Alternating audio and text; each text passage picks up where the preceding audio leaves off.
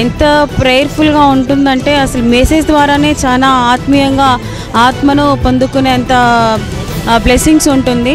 I think Kadapa చాలా దీవించబడింది అన్నమాట ఈ మీటింగ్ల వల్ల.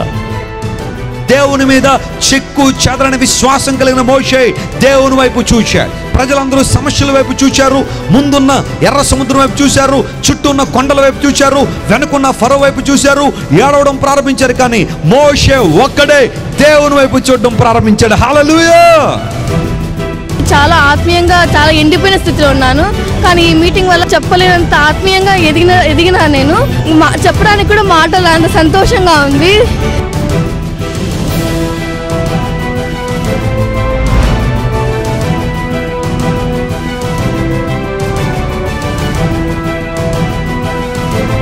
దేవుని యొక్క ప్రేమను తెలుసుకున్నాను ఇక్కడికి వచ్చిన తర్వాత. ఇంతకుముందు ఉన్న విధానానికంటే ఇప్పుడు నేను నా జీవిత విధానాన్ని నేను మార్చుకోవాలి, దేవుని వైపు అడుగు వేయాలి, దేవుని కోసమే జీవించాలి అని నేను పరితపిస్తున్నాను. మరి నాకైతే ఈరోజు చాలా సంతోషంగా ఉంది. ఈ వాక్యం ద్వారా నాకు కడుపు నిండిపోయింది. ఈ ప్రపంచంలో పుట్టిన ప్రతి ఒక్కరు కూడా మరణం ముందు తల వంచితే నా యేసయ్య ముందు మరణమే తల వంచింది. హల్లెలూయా. ఈ ప్రపంచంలో ప్రతి సమాధి నేటికి మూయబడి ఉంటే ఈ భూమి మీద యేసు ప్రభు సమాధి మాత్రమే తెరవబడి ఉంది. యాక్చువల్ మేము ఇక్కడికి వచ్చేటప్పుడు మాకేం తెలియదు ఇన్ని విషయాలు యేసుక్రీస్తు గురించి. ఇక్కడికి వచ్చిన తర్వాత జాన్ వెస్లీ అన్న ఎన్నో విషయాలు మాకు తెలియని విషయాలు చెప్పాడు. యేసయ్య ప్రేమ గురించి చక్కగా వివరించాడు.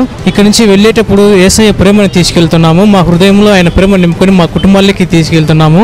మా జీవితాంతం వరకు యేసయ్య కొరకు నిలబడతాం, యేసయ్య కోసం జీవిస్తాము.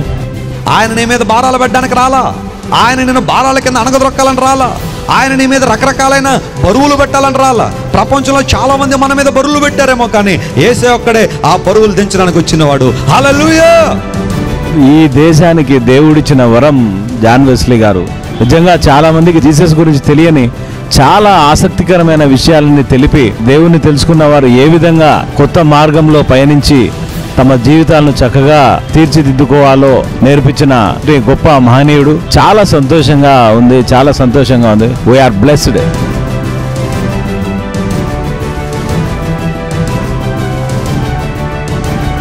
If you can recognize that this life is a gift that God has given you, దేవుడు నీకు నాకు ఇచ్చిన శ్రేష్టమైన బహుమానము ఈ జీవితం.